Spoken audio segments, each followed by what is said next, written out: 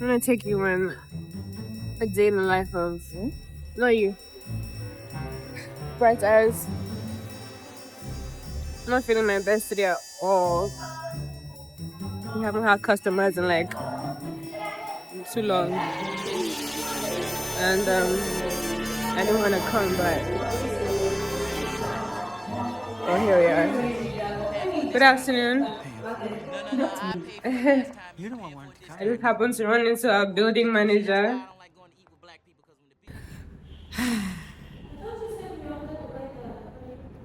I don't have to look how I feel. I said I don't have to look how I feel. I made sure that I would look better. And I decided to make it a content day to make it worth my time. So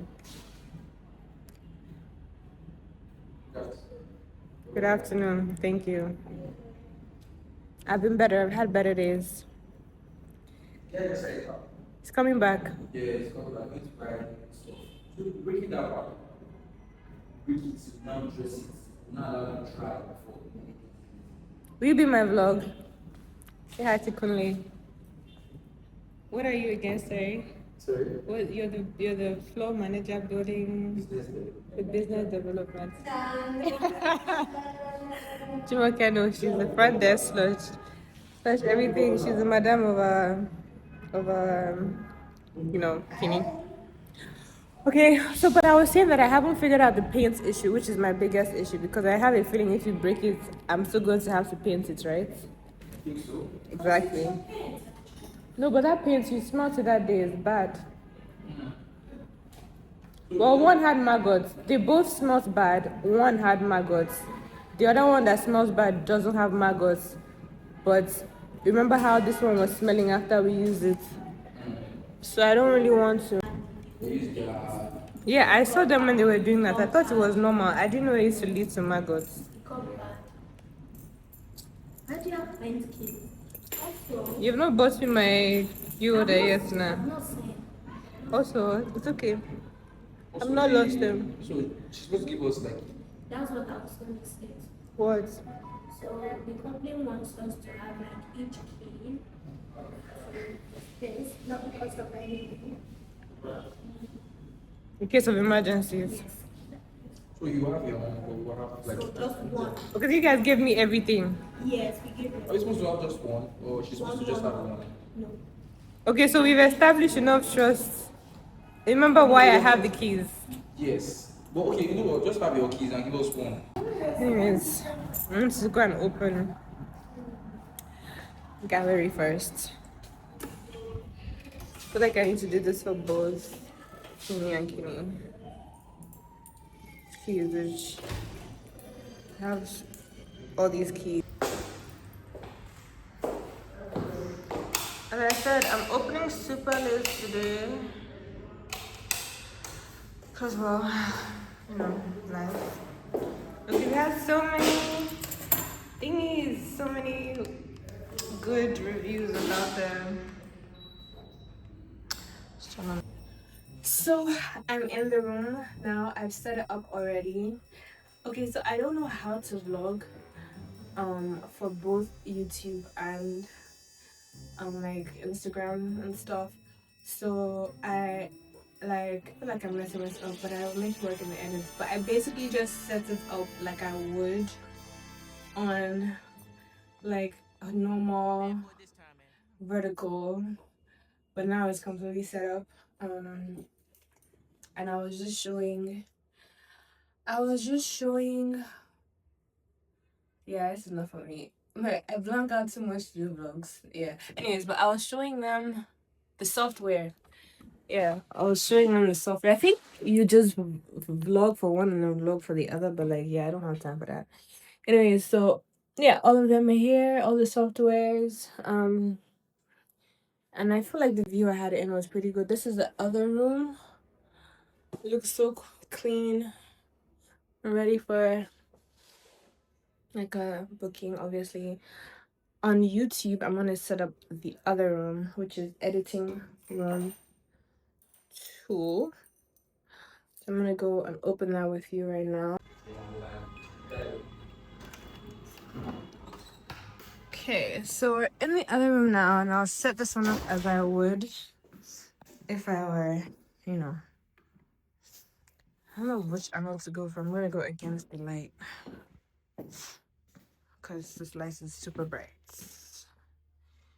And I'm gonna go 0.5 so you can see everything. Turn the light. Turn on that light.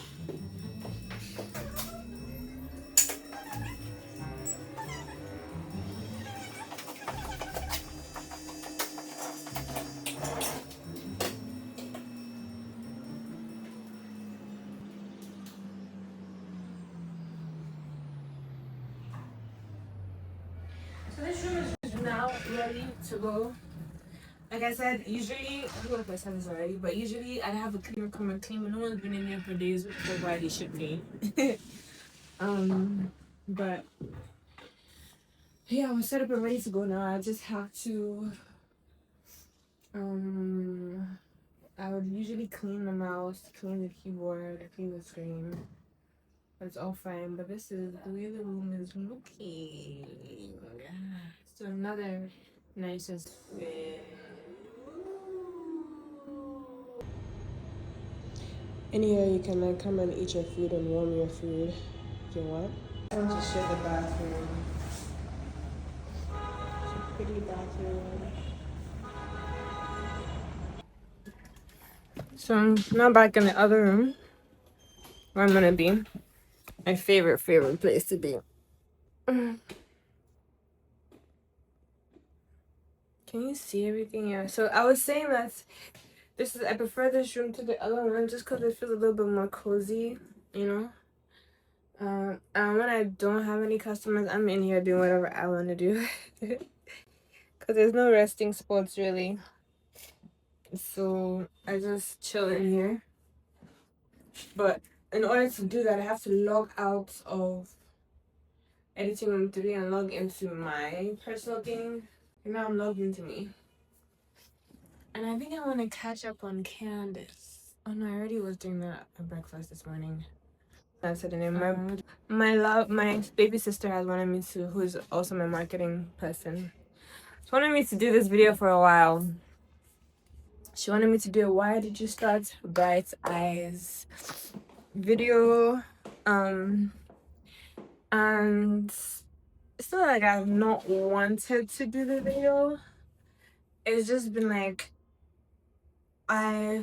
in May of this year, I decided that I didn't want to be on social media for the last half of the year. I was completely over it, and I was like, I'm not gonna be on social media for the last half of the year.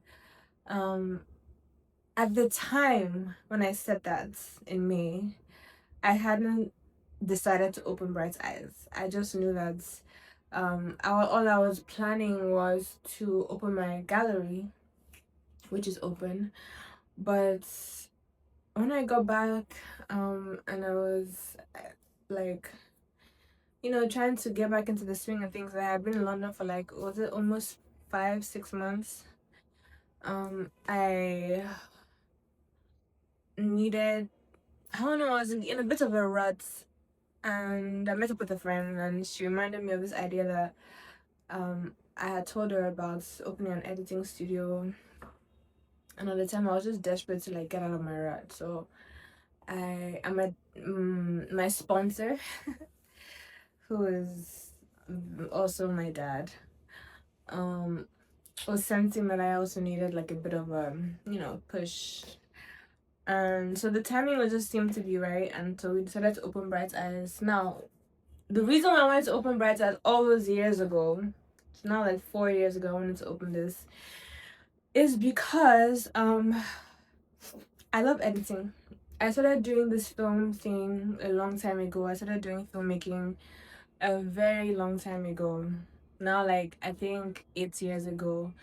And I went through like short courses learning about each part of filmmaking. So screenwriting to production, and then cinematography and editing and all the different parts of editing, color grading.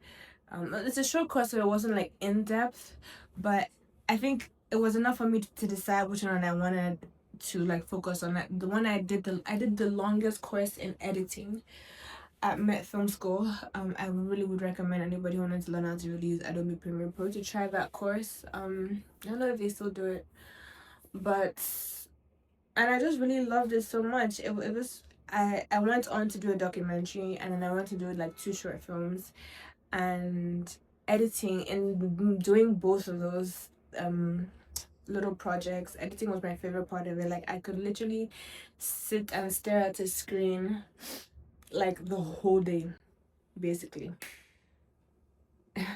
The whole day. Yeah, editing was just my favorite part of both of those things, and I decided to focus on that instead. And I didn't edit enough. Like I kind of, I've, I'm, I've dabbled into other things ever since I did the editing courses. So like I've done editing, but then I've also done like, music, and I kept doing art. So I've done a couple of things, and so that kind of broke my progression in filmmaking because I was dabbling in other artistic forms, which I'm very happy that I did, to be honest, because I don't have any questions asked about what it is I want to do right now, because I've really gone through the difference, not all, but like peculiar to me and my situation, the different aspects of filmmaking. And I've decided that editing of art stuff, and I've decided that editing is what I want to do. So yeah, I just decided to start Bright Eyes, and share my love for editing with other people, and give everybody who loves it, who wants to learn how to do it, who already does it but maybe needs a better kind of environment to do it, and focus, a place. And that's all Bright Eyes is about. Now it's like the question I think people ask me and themselves is, why would somebody, why would someone who might be getting paid like 150 to 200K to edit something come and pay, maybe it takes the person like a whole day to edit, why would they pay 50K 55K to come and edit a Bright Eyes? I'm looking at the bigger picture here. I think most editors and people know that they are underpaid, and I think that there are different ways to affect infrastructure in a positive light, and one of the ways is, I guess in my case, to create independent infrastructures that are of a higher standard, not even like the highest, just a good enough standard, because like production houses all over the world are crazy, so this is like the most basic. I'm getting a call. I need to take it. I just want the filmmaking process to be to have like higher standards, and opening this studio was that for me. Is that so? Come to Bright Eyes. We are. Every time I get like one of the first questions people ask me about Bright Eyes is that, are you doing workshops? And then another question is, do you edit for people? And I think the answer to the first question answers the second, which is that workshops, yes, I want to do workshops so more people can learn how to edit, so perhaps they can come and edit for other people here. But we are in our first month, and right now what I've noticed is that they use this for like emergency cases, because indeed people who do know how to edit do have their own software and don't want to come and be paying for a place to edit when they can just do it for free at home. But this infrastructure conversation is so much more and so much deeper than the immediate need. It's really the longevity of it all that's what I'm gunning for. I'm playing like the long game with this, with the when it comes to infrastructure, it has to be the long game. I'm really just playing the long game with it, and I do believe that it's going to grow. Next year there's something very exciting that we're wanting to do. I don't think I can announce it yet because I haven't locked it in yet, but it's basically a workshop setup for our studio. So the last thing we're going to do today is we're going to go and get Uncle Stan's. I want to get Uncle Stan's, which is I literally thought I'd be so much more addicted to it when I saw it, but I've only gotten like 4 or 5 times. But we're gonna go get some Uncle Stalon to show you. We have food all over. Maybe I'll show you all of them.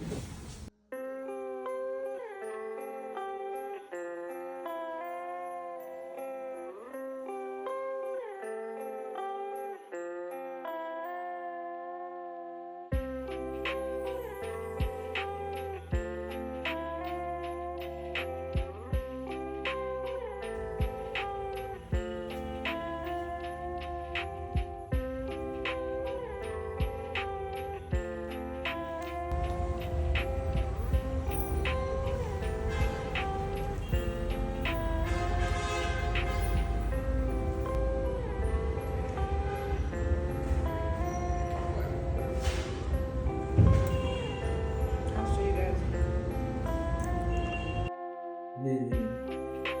So, I don't know if you guys know the Uncle Stalon books, but I don't eat the most I ever. I'm gonna try it today though.